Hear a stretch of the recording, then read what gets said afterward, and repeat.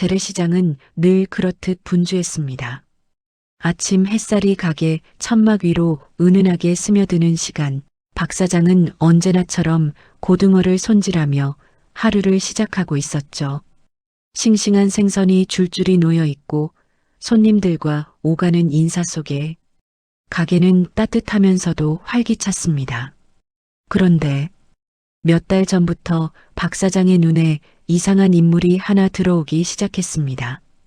회색빛의 낡은 모직 코트, 모자를 푹 눌러 쓴 채 걸음은 느리지만 꼭 정해진 속도로 움직이는 한 노인의 모습. 그 노인은 매일 정말 하루도 빠짐없이 정확히 오전 10시 15분이 되면 박 사장의 생선가게 앞에 모습을 드러냈습니다. 그저 스쳐 지나가는 손님 같다면 박 사장은 대수롭지 않게 여겼을 겁니다. 하지만 그 노인의 행동에는 묘하게 규칙적인 무언가가 있었습니다. 어서 오세요. 박 사장은 늘 그렇듯 인사를 건넸지만 노인은 거의 대답을 하지 않았습니다. 고개를 한번 끄덕이고 곧장 고등어가 놓인 얼음 위를 손가락으로 가리킵니다. 딱 25마리. 흔들림 없이 단 한 번도 변하지 않는 그 숫자. 많은 손님들이 생선을 사갈 때 대부분은 오늘은 6마리, 내일은 10마리 혹은 반찬거리만 조금 챙겨가기도 하지요. 하지만 이 노인은 단 하루도 예외 없이 꼭 25마리를 사갔습니다. 박 사장은 처음에는 아, 식당을 하시나? 하고 별 생각 없이 여겼습니다. 하지만 시장 상인들은 식당 하시는 분들을 다 알고 있습니다. 그 노인의 얼굴은 어느 가게의 사장 얼굴과도 겹치지 않았죠. 더 이상한 건 그 많은 생선을 들고도 노인은 장바구니나 캐리어를 사용하지 않았다는 사실이었습니다. 늘 박 사장이 준비해주는 흰색 비닐봉투 2개 혹은 3개, 그걸 그대로 양손에 들고 조용히 시장을 빠져나갔습니다. 말수도 적었습니다. 필요한 것 또 있으세요? 박 사장이 이렇게 물어도 노인은 짧게 됐네 혹은 내일 또 오지, 딱 이 2마디 정도만 남겼습니다. 그 내일 또 온다는 말이 정말로 틀린 적이 없습니다. 눈이 오나 비가 오나 더운 날이나 추운 날이나 명절 연휴 직전이나 심지어 시장 휴무일 전날도 노인은 반드시 박 사장의 가게를 찾았습니다. 그러다 보니 박 사장의 마음 한켠에서는 조금씩 묘한 감정이 자라기 시작했습니다. 처음엔 단순한 궁금증이었죠. 누구한테 이렇게 많이 가져다 주시는 거지? 가족이 많은 집인가? 하지만 그 의문은 시간이 지날수록 점점 더 깊어지고 어느 순간엔 이상하게 마음을 무겁게 만드는 수상함으로 변했습니다. 특히 노인이 고등어를 받아가는 손, 그 손이 유독 거칠고 상처투성이었는데 그 모습이 박 사장의 머릿속에 자꾸 맴돌았습니다. 설마 저 많은 생선을 혼자 다 손질하는 건 아니겠지? 그러면서도 박 사장은 애써 생각을 지우려 했습니다. 세상에는 이해할 수 없는 방식으로 삶을 이어가는 사람들이 많으니까요. 하지만 인간의 호기심이라는 것이 그렇게 쉽게 사라지는 건 아닙니다. 특히나 매일 눈앞에서 벌어지는 이상한 행동을 보고 있으면 더욱 그렇죠. 그리고 무엇보다 그 노인의 뒷모습에는 말로 설명하기 힘든 어떤 비밀 같은 것이 얹혀 있었습니다. 어쩐지 가벼워 보이지 않는 짐을 마음에 품고 있는 사람처럼 어느 날 노인이 돌아서 가는 모습을 바라보던 박 사장의 머릿속에 문득 이런 생각이 스쳤습니다. 어디에 쓰시길래 이렇게 매일 고등어를 25마리나 사가시는 걸까? 그는 그날 유난히 그 의문에서 눈을 떼지 못했습니다. 가끔은 처음에 작은 궁금증이 나중엔 엄청난 사건을 불러오기도 하죠. 그때는 박 사장도 몰랐습니다. 매일 고등어 25마리를 사가던 그 노인이 곧 자신의 일상을 뒤흔드는 커다란 이야기의 중심에 서게 될 줄은요. 노인이 고등어 25마리를 사간 지 몇 달째. 박 사장은 이제 그 노인의 발걸음 소리만 들어도 누군지 알 수 있을 정도가 됐습니다. 가게 앞에 떨어지는 묵직한 구두 소리, 그리고 문지방을 넘을 때 살짝 들리는 숨소리까지 모두 익숙해져 버렸죠. 하지만 익숙함 속에서도 박 사장의 마음은 점점 더 무거워졌습니다. 처음엔 별 생각 없던 행동이 이제는 도무지 설명할 수 없는 이상함으로 번졌으니까요. 그날도 노인은 언제나처럼 고등어 25마리를 조용히 가리키고는 말없이 봉투를 받아들었습니다. 그런데 박 사장은 우연히 눈에 들어온 한 장면에서 이상함을 더 확신하게 됐습니다. 노인이 지갑을 꺼내는데 지갑 안에는 고등어 값으로 보이는 돈 말고는 아무것도 없었습니다. 동전 몇 개, 호지폐 몇 장, 정말 생선값만 간신히 채운 듯한 모습이었죠. 그런데도 노인은 오늘도 내일도 모레도 25마리를 꼭 맞추려고 했습니다. 가끔 돈이 부족하면 자신이 입고 다니던 낡은 장갑을 벗어 그 안에서 구겨진 1,000원짜리 몇 장을 꺼내곤 했습니다. 그 장면이 유독 박 사장의 기억에 강하게 남았습니다. 저렇게까지 해서 왜 저 많은 생선을 사가시는 거지? 박 사장은 어느 순간부터 노인의 뒷모습이 지나치게 쓸쓸하게 느껴졌습니다. 낡은 코트를 걸친 어깨는 더 움츠러들었고 양손에는 축 처진 비닐봉투 2개.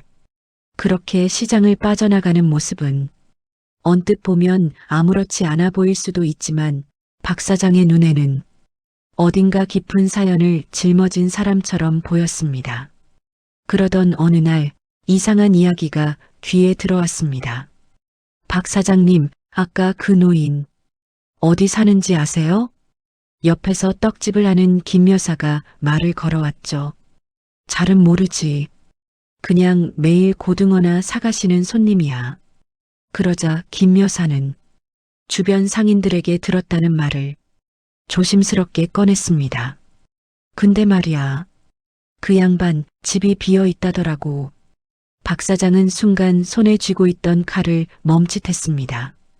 비어 있어? 그게 무슨 말이야? 아니, 동네 택배 기사 아저씨가 그러는데 그 노인네 주소지로 가보면 집에 불도 안 켜지고 마당은 잡초만 무성하고 사람이 사는 집 같지가 않다더라고. 박 사장의 마음속에서 그동안 쌓여온 의문들이 한꺼번에 들끓기 시작했습니다. 집이 비어 있는데 매일 고등어 25마리, 이건 단순히 반찬거리를 사가는 수준이 아니었습니다. 그 수량 자체가 매일 필요한 양이었고 분명히 누군가 무언가가 그 생선을 소비하고 있다는 뜻이었죠. 이쯤 되자 박 사장의 의심은 단순한 호기심 수준에서 벗어나기 시작했습니다. 어쩐지 노인의 행동이 점점 이상하다 못해 위험하거나 불길한 일처럼 보였죠. 설마 저걸로 장사를 하시는 건가? 아니면 남에게 팔아넘기나? 아니면 정말 다른 의도가 있는 건가? 이런 생각들은 결코 박 사장을 편하게 두지 않았습니다. 그러던 어느 날 박 사장은 우연히 노인이 시장 밖으로 나가는 방향을 봤습니다. 그 길은 주택가로 이어지는 길이 아니라 그 반대편 사람들 발길이 거의 끊긴 오래된 공장지대로 이어지는 길이었습니다. 순간 등줄기에 오싹한 느낌이 지나갔습니다. 저분, 대체 어디로 가시는 거지? 이제 호기심은 거의 불안으로 바뀌었습니다. 그리고 바로 그날 밤 박 사장은 집으로 돌아가는 길에 문득 이런 생각이 문을 두드렸습니다. 이거 경찰에 한번 말해봐야 하는 거 아닌가? 하지만 신고라는 것이 쉽게 결정할 수 있는 문제가 아니었죠. 괜히 오해였다면 노인에게 상처를 줄 수도 있고 자신도 웃음거리가 될 수 있습니다. 박 사장은 고민했습니다. 하지만 의심은 사라지지 않았습니다. 오히려 더 크게 부풀어 오르는 듯 했죠. 그리고 그건 지금까지 평온했던 그의 일상에 조금씩 균열을 내기 시작했습니다. 이상한 노인, 고등어 25마리, 비어있는 집, 공장지대로 향하는 뒷모습. 아무리 생각해도 이 퍼즐 조각들은 결코 평범하게 맞아 떨어지지 않았습니다. 그리고 박 사장은 어렴풋이 느꼈습니다. 저 고요한 노인의 그림자 뒤에는 단순한 일상 이야기가 아닌 그보다 훨씬 깊은 무언가가 숨어 있다는 것을. 그날 이후로 박 사장의 마음은 더욱 복잡해졌다. 노인은 여전히 매일 같은 시간에 나타났고 여전히 고등어 25마리를 주문했다. 표정도 목소리도 걸음걸이도 한결같았다. 하지만 이상하게도 그 익숙함 자체가 이제는 박 사장을 불안하게 만들었다. 어느 날이었다. 바람이 유난히 차갑게 불던 겨울 아침, 박 사장은 가게 문을 열기 위해 셔터를 올리는데 시장의 분위기부터 달랐다. 평소라면 활기찬 상인들의 좋은 아침이요 하는 소리가 들려왔을 텐데 이날은 여기저기서 수군거리는 소리가 들렸다. 어젯밤에 그 근처 또 소란이 있었다네. 공장 뒤쪽에서 이번이 몇 번째야? 누가 살지도 않는 곳에서 밤마다 뭘 하는 건지. 박 사장은 무심코 귀를 기울였다. 대화 주제는 바로 노인이 사라지는 그 방향이었다. 옆에서 장을 정리하던 정육점 사장이 말을 걸어왔다. 박 사장, 그 노인 알지? 매일 고등어 사가는 사람. 왜? 누가 그러는데 그 양반 밤마다 공장지대 근처에서 사람 그림자가 보인대? 가로등도 없는 데서. 박 사장은 순간 손끝이 얼어붙는 느낌을 받았다. 그걸 봤다는 사람이 누구야? 새벽에 청소하는 환경미화원 아저씨가. 지나가다 사람이 움직이는 걸 봤는데 묘하게 느려서 섬뜩했다더라고. 섬뜩했다. 그 단어가 박 사장의 마음속에서 오래 울렸다. 노인이 혹시 정말 위험한 일을 하고 있는 건 아닐까? 혹은 누군가에게 쫓기고 있는 걸까? 아니면 박 사장은 생각을 거기서 멈췄다. 세상에는 함부로 상상해서는 안 되는 일들이 있으니까. 하지만 그 불안은 의도치 않은 순간에 계속 나타났다. 그날 오후 박 사장은 한 가지 이상한 점을 또 목격했다. 노인이 고등어를 받아든 뒤 잠시 가게 문 옆에 서서 잠깐, 아주 잠깐 박 사장의 가게 안쪽을 훑어보는 듯한 눈빛을 보였다. 그 눈빛은 확실히 평소와 달랐다. 무표정 속에 무엇인가 억눌린 감정, 혹은 무언가를 짚어보려는 듯한 시선. 마치 박 사장의 표정을 읽으려는 것처럼. 박 사장은 애써 자연스럽게 웃으며 말했다. 오늘도 같은 양이시죠? 노인은 대답하지 않았다. 그저 고개만 느릿하게 끄덕였다. 그리고 돌아가는 뒷모습. 늘 같은 패턴인데 이상하게 그날은 그 속도가 미묘하게 더 느려 보였다. 마치 누군가에게 들키지 않으려고 조심하는 사람처럼. 박 사장의 의심은 이제 현실로 번지기 시작했다. 노인이 떠난 뒤 박 사장은 주변 상인들에게 물었다. 혹시 그 노인이 어디 사는지 아는 사람 있어요? 하지만 돌아오는 대답은 어디서나 비슷했다. 아니요. 본 적 없어요. 그냥 시장에서만 봐요. 마치 노인은 시장에서만 존재하는 사람처럼 보였다. 더 이상 확인할 수 있는 정보는 없었다. 그렇다고 추적할 수도 없었다. 하지만 박 사장의 머릿속에서 지워지지 않는 장면이 있었다. 노인이 떠나던 그 길, 공장지대로 향하는 그 그림자, 그리고 한 가지 더. 며칠 전 박 사장이 생선 손질을 하다가 문득 하늘을 올려다보았을 때 노인은 시장 입구에서 아주 멀리서부터 박 사장을 바라보고 있었다. 아무 말도 없이, 아무 감정도 없이, 마치 박 사장이 자신을 의심하기 시작했다는 걸 알아차린 사람처럼. 그 표정은 설명하기 어려웠다. 두려움이 섞인 것 같기도 하고, 경계하는 것 같기도 하고, 혹은 누군가에게 절박하게 무언가를 숨겨야 하는 표정 같기도 했다. 그날 밤 박 사장은 잠을 이루지 못했다. 이제는 불안이 더 커졌다. 고등어 25마리, 비어있는 집, 밤마다 나타나는 그림자, 이상한 시선, 그리고 설명할 수 없는 노인의 행동들. 박 사장은 결심했다. 더 두고 보면 안 되겠다. 내가 뭔가 잘못 보고 있는 건지, 아니면 진짜 무슨 일이 있는 건지 확인해야 한다. 아직 신고하기엔 증거가 없었다.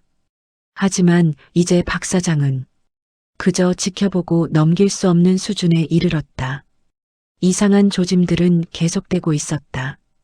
그리고 그 조짐은 단순한 불안으로 끝나지 않을 것 같은 느낌이 강하게 스며들었다. 박 사장은 모르게 중얼거렸다. 내일은 반드시 뭔가를 확인해 봐야겠어. 그 결심이 훗날 이 사건의 방향을 완전히 바꾸게 될 줄은 그때는 아무도 몰랐다. 박 사장은 새벽 4시에 눈이 떠졌다. 알람을 맞춘 것도 아닌데 머릿속이 복잡한 탓인지 잠이 더는 이어지지 않았다. 오늘은 반드시 확인한다. 침대에서 일어나자 새벽 공기가 유난히 차갑다. 마치 뭔가 불길한 예고처럼 눈에 보이지 않는 냉기가 방 안을 가득 메우고 있었다. 박 사장은 평소보다 훨씬 서둘러 가게 문을 열었다. 그날따라 칼소리도 물 흐르는 소리도 모두 귀에 거슬릴 만큼 크게 들렸다. 아침 시간이 다가오자 박 사장의 긴장감은 점점 더 높아졌다. 그리고 마침내 정확히 평소 그 시간 가게 문이 지그시 열리며 익숙한 그림자가 등장했다. 그 노인이었다. 오늘도 고등어 25마리, 오늘도 아무 말 없이, 오늘도 조용히 봉투만 챙겨가는 모습. 하지만 박 사장은 평소와 달리 노인을 유심히 살폈다. 노인의 손등에는 언제 생겼는지 모를 긁힌 자국이 있었고 코트 소매에는 검은 얼룩이 묻어 있었다. 생선 비린내가 아닌 기름 냄새 같은 묵직한 냄새가 풍겼다. 어르신, 어제 다치신 거예요? 손이 좀 그러시네요. 노인은 그 말에 잠시 멈칫했다. 그리고 천천히 손등을 내려다본 뒤 고개를 저었다. 아닙니다. 그 짧은 한마디. 그러나 말투에는 다급함이 묻어 있었고 눈빛은 한순간 흔들렸다. 마치 누가 들을까 두려워하는 사람처럼. 박 사장은 그 모습을 놓치지 않았다. 노인이 가게를 나서자 박 사장은 곧바로 준비해둔 외투를 입고 몰래 뒤를 따라 나섰다. 평소엔 별 생각 없이 하던 배달 준비를 미뤄두고 모처럼 진심으로 감시자가 된 느낌이었다. 노인의 뒤를 쫓기 시작한 박 사장. 노인은 시장을 벗어나 사람들 왕래가 줄어드는 골목으로 들어섰다. 골목은 낡은 벽면과 페인트가 벗겨진 문들로 가득했고 겨울 아침 특유의 습한 냄새가 흘렀다. 박 사장은 일정 거리를 유지하며 노인의 움직임을 지켜봤다. 노인은 고등어가 들어있는 봉투를 매번 오른손에 들고 갔는데 이날은 왼손으로 들고 있었다. 그리고 걸음 또한 평소보다 훨씬 조심스러워 보였다. 마치 누군가에게 들키면 안 되는 일을 하러 가는 사람처럼. 노인은 오래된 담장을 지나 공장지대가 있는 길로 향했다. 박 사장의 심장은 점점 더 빠르게 뛰었다. 바람은 더 차가워졌고 언제부턴가 주변은 믿기 힘들 정도로 조용해졌다. 노인이 들어서는 길은 겉으로 보기엔 출입금지라 적힌 문이 닫힌 공장들 뿐이었지만 그 안쪽에는 사람 손길이 닿지 않은 낡은 창고가 여러 채 있었다. 노인은 그 중에서도 가장 깊숙한 곳에 있는 회색빛 창고 앞으로 향했다. 문은 반쯤 망가져 있었고 창문은 모두 신문지로 막혀 있었다. 노인이 문을 열며 주변을 조심스럽게 살핀 그 순간 박 사장은 마치 자신이 절대 보지 말아야 할 장면을 보고 있는 듯한 느낌에 사로잡혔다. 그때 예상치 못한 일이 벌어졌다. 노인은 창고 문을 열고 들어가려다 갑자기 뒤를 돌아봤다. 바로 박 사장이 있던 방향이었다. 순간 박 사장은 몸을 숨겨야 했다. 부서진 기계 부품 뒤로 몸을 굽혔지만 심장이 귓가에서 뛰는 듯했다. 노인은 잠시 주변을 살피다가 다시 문을 열고 내부로 들어갔다. 문은 천천히 닫혔고 곧 안쪽에서 낮게 탁하고 잠그는 소리가 들렸다. 박 사장은 숨을 고르며 창고를 바라봤다. 대체 저 안에서 무엇을 하는 거야? 이제 그 궁금증은 호기심이 아니라 명확한 경계와 공포로 변해 있었다. 박 사장은 잠시 갈등했다. 들어가서 확인해야 할까? 아니면 경찰에 신고해야 하나? 하지만 지금 신고하면 뭐라고 말해야 하지? 증거가 없다. 단지 고등어 25마리와 이상한 행동뿐. 그러나 그대로 돌아가기엔 눈앞의 광경이 너무도 수상했다. 그런데 그때였다. 창고 안쪽에서 아주 미세하게 들리는 소리가 났다. 철컥철컥. 규칙적인 금속 소리. 마치 뭔가를 자르는 듯한 혹은 기계를 작동시키는 듯한 소리였다. 고등어를 손질하는 소리는 절대 아니었다. 그리고 이어서 낮고 묵직한 울음 같은 소리가 아주 희미하게 새어나왔다. 사람 울음인지 동물 울음인지 구분하기 어려울 만큼 묘한 소리. 박 사장의 등줄기로 차가운 땀이 흘렀다. 이건 절대로 그냥 지나갈 일이 아니다. 그 순간 박 사장은 결심했다. 오늘 반드시 이 안에서 뭐 하는지 확인한다. 하지만 그 결심이 이후 어떤 거대한 진실을 불러올지는 박 사장은 조금도 예상하지 못했다. 불안의 시작은 이제 막 첫 장을 넘겼을 뿐이었다.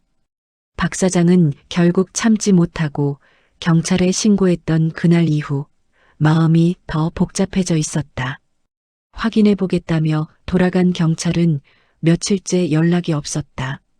일이 바쁘겠거니 별일 아니겠거니 스스로 합리화를 하면서도 가슴 한편에서는 계속 알 수 없는 불편함이 꿈틀거렸다. 그리고 그 불편함은 할아버지가 사흘째 가게에 나타나지 않으면서 걷잡을 수 없이 커졌다. 오늘도 안 오셨네. 박 사장은 생선 손질을 멈추고 가게 밖으로 고개를 내밀었다. 그동안 단 하루도 빠진 적이 없는 사람이었다. 비가 오든 눈이 오든 아프든 말든 심지어 시장이 반쯤 문을 닫는 명절 전날에도 어김없이 오던 사람이었다. 그런데 갑자기 자취를 감추다니. 설마 경찰이 무슨 조치를 한 건가? 아니면 혹시 무슨 일이 생긴 거 아닐까? 의문과 불안이 뒤섞인 감정이 박 사장의 귓가를 웅웅 울렸다. 이상하게 마음이 가라앉질 않았다. 그러던 중 시장 통로 한쪽에서 귓가에 스치듯 들리는 말이 들렸다. 그 골목에서 또 이상한 냄새 난다던데. 지난번에도 그랬잖아. 다들 모르쇠로 넘기던데. 순간 박 사장의 머리카락이 곤두섰다. 또 냄새? 본능적으로 느꼈다. 그 말은 할아버지와 연관돼 있다. 박 사장은 더 이상 기다릴 수 없었다. 가게 문을 급히 잠그고 고무장갑도 벗지 않은 채 곧장 할아버지가 매일 걸어가던 방향으로 뛰기 시작했다. 골목골목이 희미한 안개처럼 습기가 차 있었고 축축한 비린내가 가득했다. 그런데 한 지점에서 발걸음이 멈췄다. 썩은 비린내. 그리고 그 냄새는 어제 오늘 만들어진 냄새가 아니었다. 건물 사이로 좁게 난 틈, 평소라면 아무도 다가가지 않을 그 공간. 할아버지는 고등어 봉투를 들고 항상 그 틈으로 사라졌었다. 저기가 뭐 하는 곳이지? 박 사장은 조심스레 다가갔다.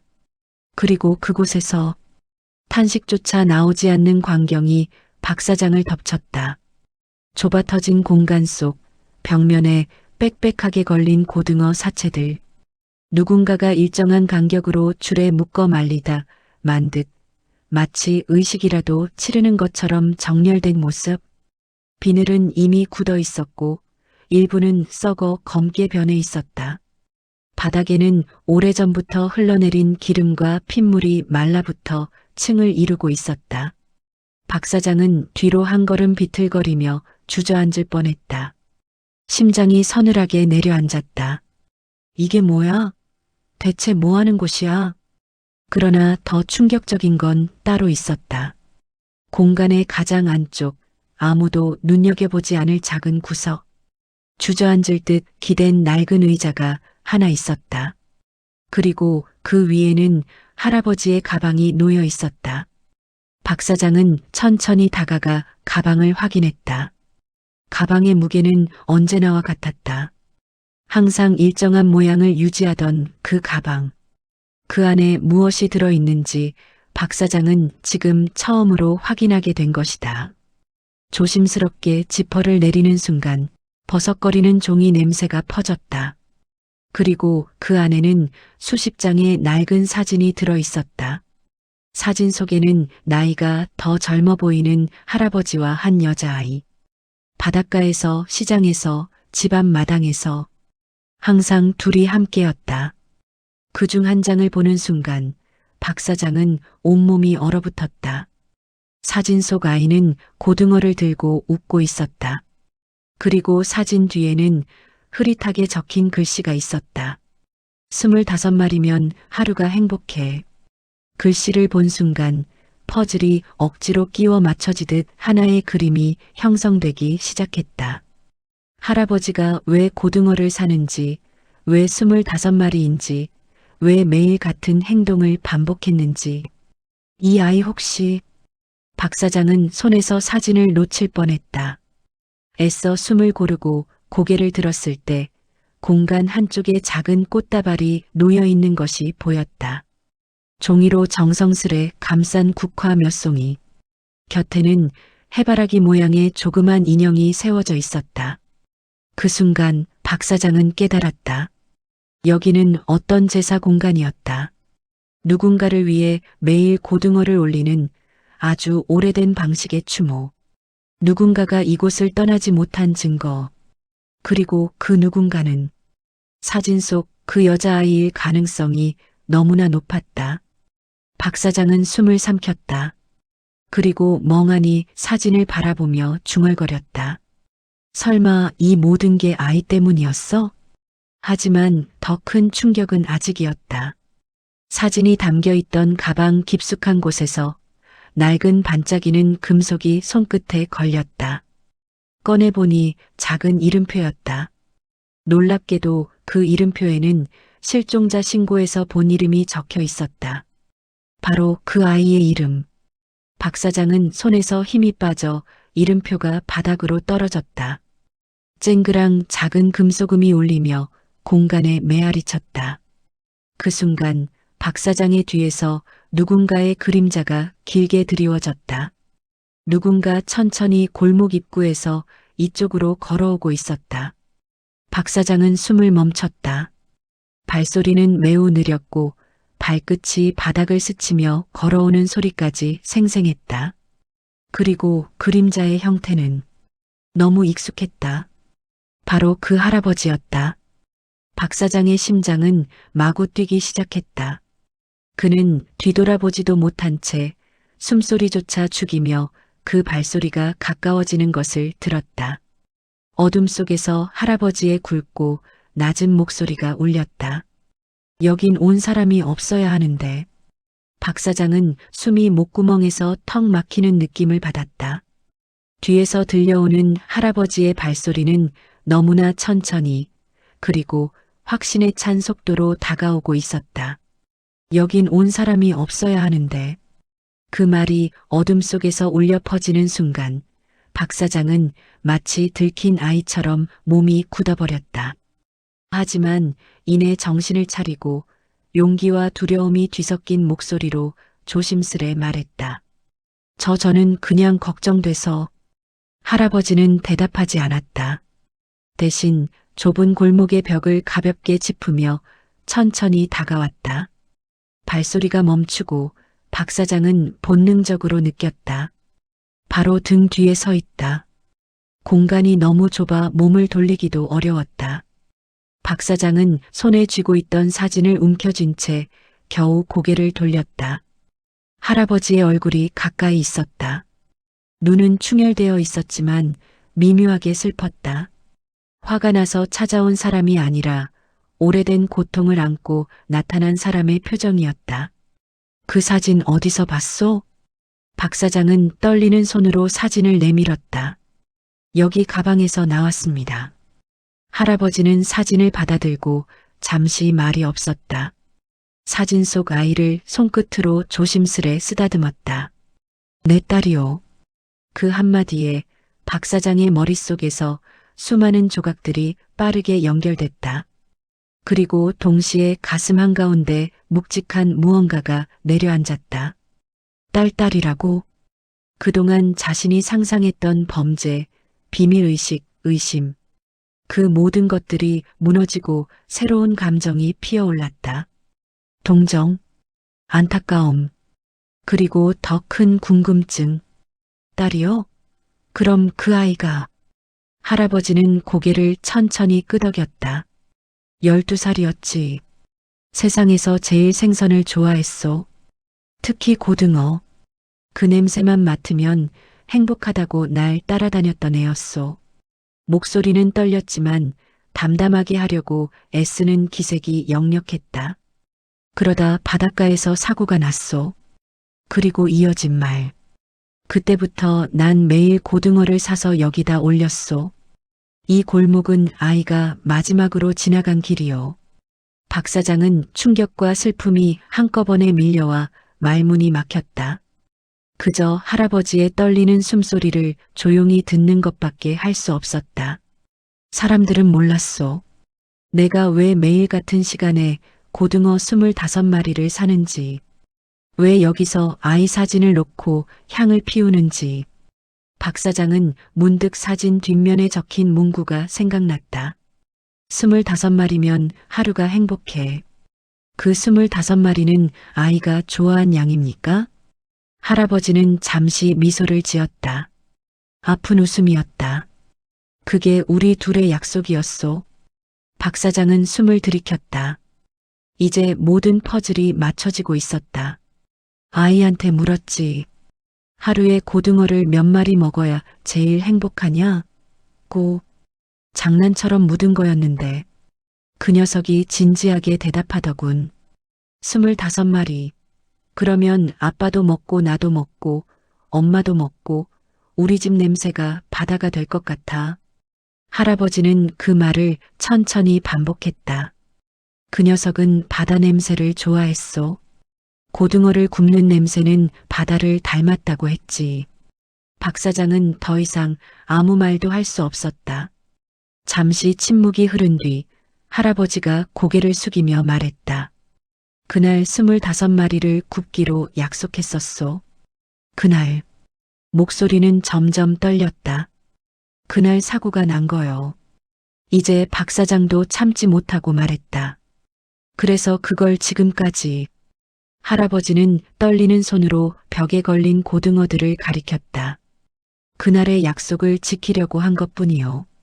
다만 이젠 굽지도 못하고 먹지도 못하지만 여기다 걸어두면 그 애가 다시 냄새 맡고 돌아올까 해서. 가슴을 움켜쥐는 듯한 아픔이 박 사장의 가슴을 찔렀다. 하지만 사람들이 이곳을 자꾸 수상하게 보길래 늘 조심했소. 그래서 당신이 따라온 것도 알고 있었소. 박 사장은 놀라 눈을 크게 떴다. 제가 따라온 걸 알고 계셨다고요? 척 보면 아는 거지.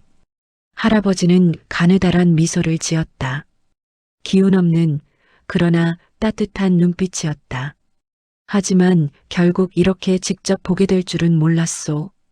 박 사장은 조심스레 말했다. 전 오해했습니다. 정말 죄송합니다. 할아버지는 고개를 저었다. 아니요. 아무도 이해할 수 없는 행동이었을 테니. 숨을 길게 내쉬며 덧붙였다. 사람들이 날 수상하다고 보는 것도 오래됐소. 당신만 그런 게 아니오. 그런데 바로 그 순간 어둠 속에서 또 다른 그림자가 움직였다. 누군가 골목 입구에 서 있었다. 박 사장은 순간 긴장하며 몸을 돌렸다. 하지만 들어온 사람의 실루엣을 보는 순간 숨이 멎었다. 경찰이었다. 그 경찰은 박 사장을 보며 차갑게 말했다. 여기 있었군요. 신고하신 분 맞죠? 박 사장은 당황해 손사래를 치려 했지만 이미 경찰의 시선은 할아버지와 그 뒤의 벽에 걸린 고등어들에 고정돼 있었다. 경찰의 눈빛이 단단하게 굳었다. 이건 뭐죠? 불법 폐기? 위생 문제? 아니면 그때 할아버지가 낮고 떨리는 목소리로 말했다. 아닙니다. 그냥 제 딸을 위한. 하지만 경찰은 말을 끝까지 듣지 않았다. 이미 무전기를 들어 올렸다. 본부, 여기 수상한 공간 발견. 식품 관련 위반 가능성 있습니다. 추가 인원 요청합니다. 박 사장의 심장이 다시 빠르게 뛰기 시작했다. 아니야, 이건 그런 게 아닌데. 저분은 잘못한 게 없는데. 그런데 경찰이 다시 말하는 순간 상황은 완전히 뒤집혔다. 그리고 실종자 단서가 여기 있는 것 같습니다. 박 사장은 멈춰섰다. 실종자? 경찰은 고등어가 걸린 벽을 가리키며 말했다. 저런 형태의 보관 방식. 최근 보고된 사건과 유사합니다. 특히 벽 정렬 패턴이 동일해요. 박 사장은 순간 머리가 하얘졌다. 뭐라고? 이게 다른 사건과 같다고? 그리고 그 다음 말. 게다가 사진 속 아이. 이 아이는 최근 공개된 미제 실종 사건의 중심 인물입니다. 순간 박 사장과 할아버지의 시선이 동시에 흔들렸다. 경찰은 냉정하게 말했다. 어르신 당신, 이 실종 사건과 어떤 관계죠? 할아버지는 입을 떼지 못했다. 박 사장은 숨을 삼켰다.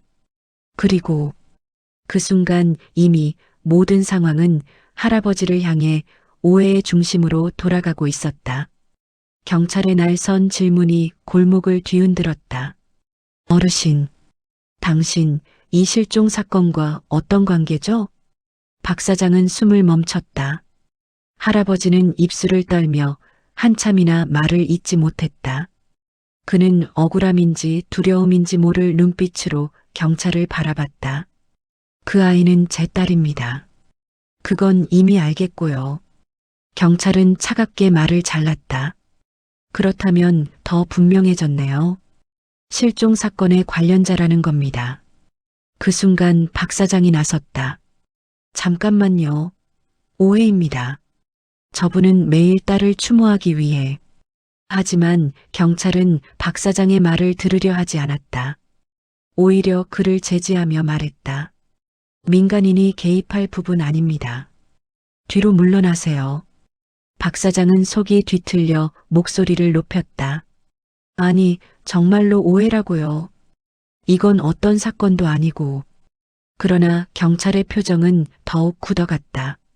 그리고 골목 안쪽을 날카롭게 살펴보더니 갑자기 작은 손전등을 꺼냈다. 골목 벽면에 비춰진 빛은 고등어 사체들 사이를 움직이며 다른 무언가를 드러내기 시작했다. 낡은 천 한 조각, 어린아이의 신발, 오래된 인형 팔 한쪽, 박 사장은 멍하니 바라봤다. 이건 뭐지? 그는 아까 보지 못했던 물건들이 등장하자 오히려 더 혼란스러워졌다. 경찰의 얼굴에는 확신이 떠올랐다. 봐요. 아동 물품들. 이 공간은 단순한 추모가 아니에요. 할아버지는 절규하듯 외쳤다. 아닙니다. 그건 우리의 물건이 아니오. 여긴 사람들이 버린 걸 내가 주워 놓은 거고. 왜 주웠죠? 그냥 아이 생각이 나서 버리기 싫어서. 경찰은 무전기로 다시 보고했다. 아동 관련 증거물 다수 확보. 관련자 현장 확보 중. 할아버지는 무릎이 풀리듯 두 손으로 벽을 짚었다. 박 사장은 그 모습을 보며 마음이 찢어지는 것 같았다. 아니야, 이건 진짜 오해야. 그분은 그냥 마음이 약해서 떠난 딸 흔적만 보면 다 챙겨버리는 거야. 그러나 상황은 멈추지 않고 오히려 더 급박하게 흘러갔다. 경찰은 할아버지의 손목에 수갑을 채우려 다가갔다. 어르신, 동행하시죠. 그 순간, 그만두세요.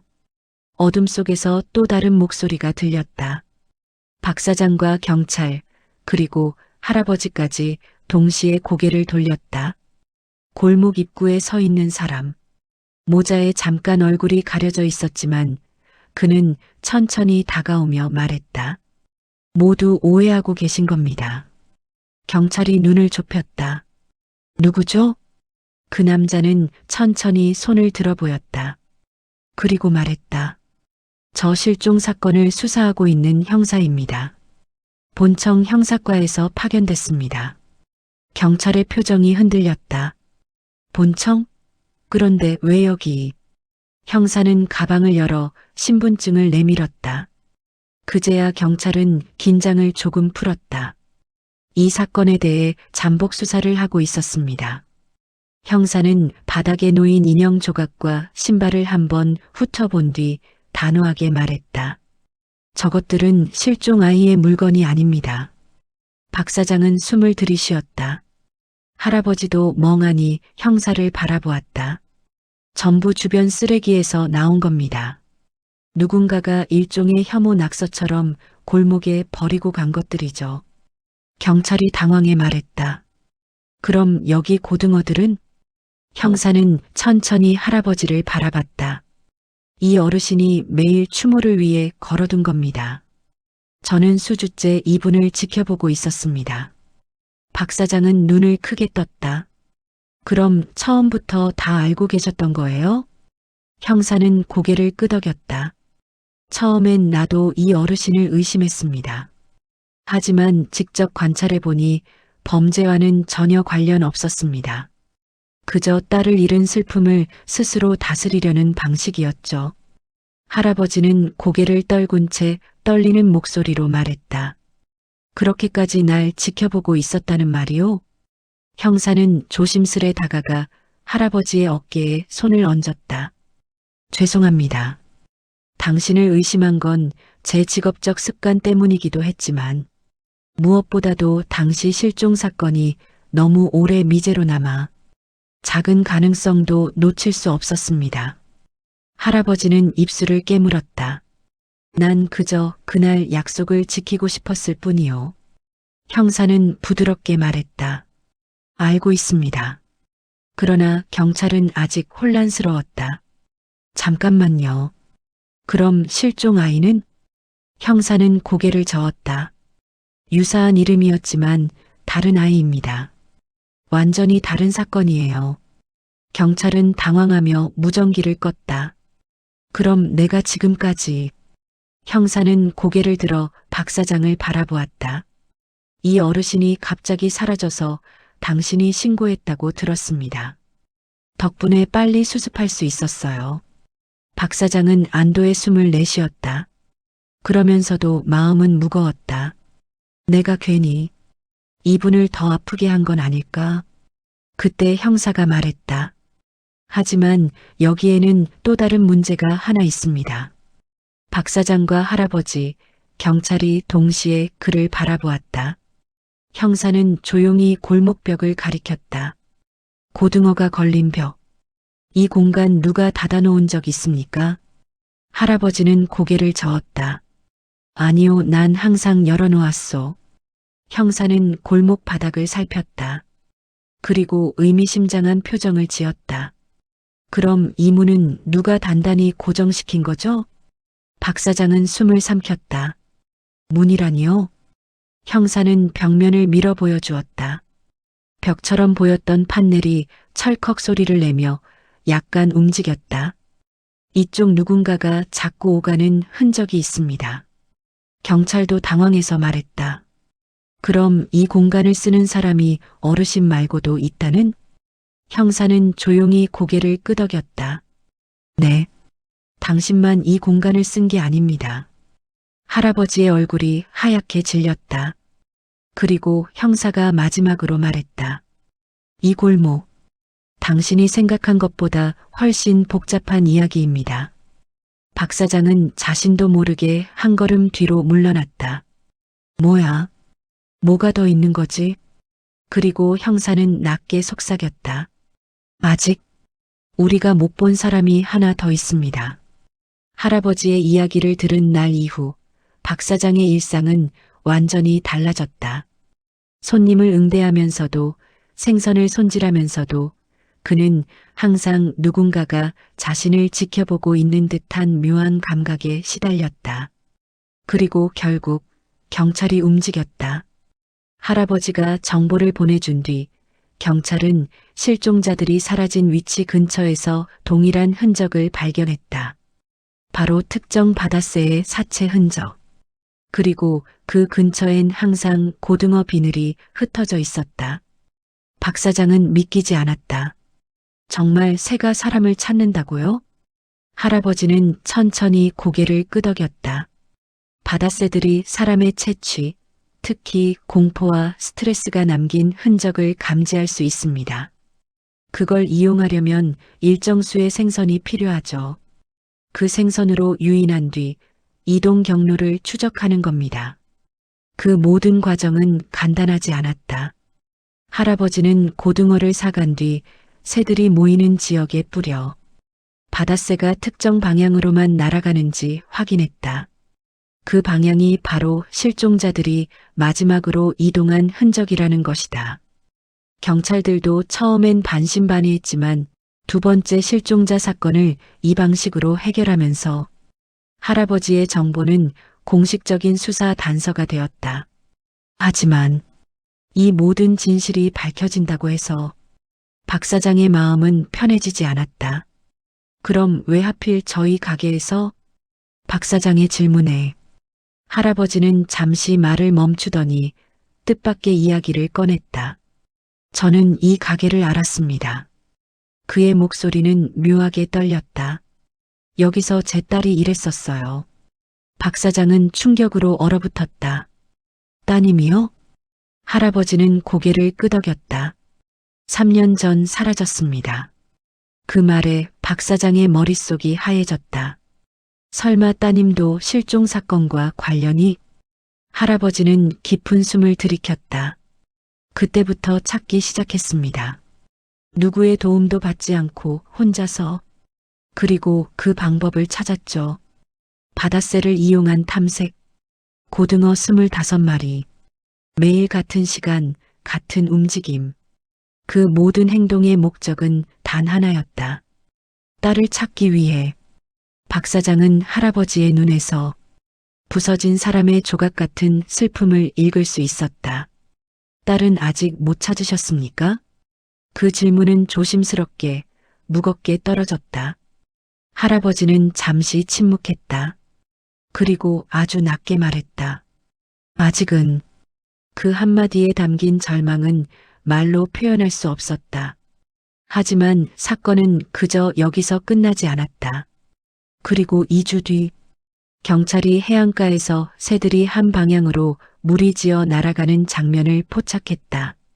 뒤이어 그 방향의 폐창고에서 실종된 여성이 한 명 구조되었다. 기적 같은 생존. 그리고 그 여성은 누군가 나를 따라다니며 감시하는 시선이 느껴졌다고 증언했다. 박 사장은 가슴이 뛰었다. 혹시 할아버지 딸도? 하지만 그 부분은 여전히 해결되지 못한 채 남아 있었다. 그리고 그 밤, 가게 문을 닫으려는데 어둠 속에서 천천히 누군가가 모습을 드러냈다. 회색 모자, 굽은 어깨, 낡은 신발. 할아버지였다. 박 사장은 반가움과 동시에 묘한 긴장감을 느꼈다.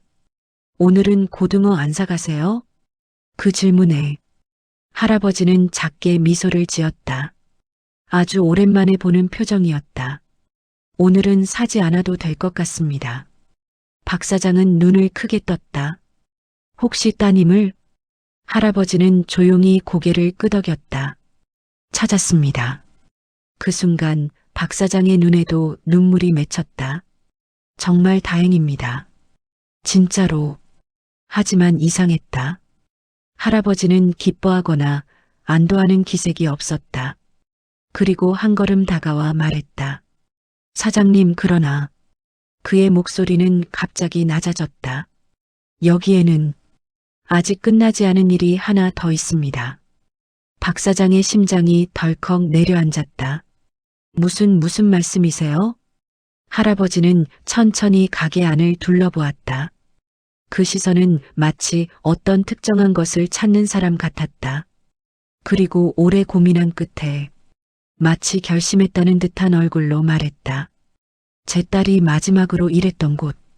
그날 사라지기 직전 마지막으로 통화했던 사람. 그는 박 사장을 똑바로 바라보았다. 바로 사장님이었습니다. 박 사장의 얼굴이 새하얗게 질렸다. 잠깐만요, 그게 무슨...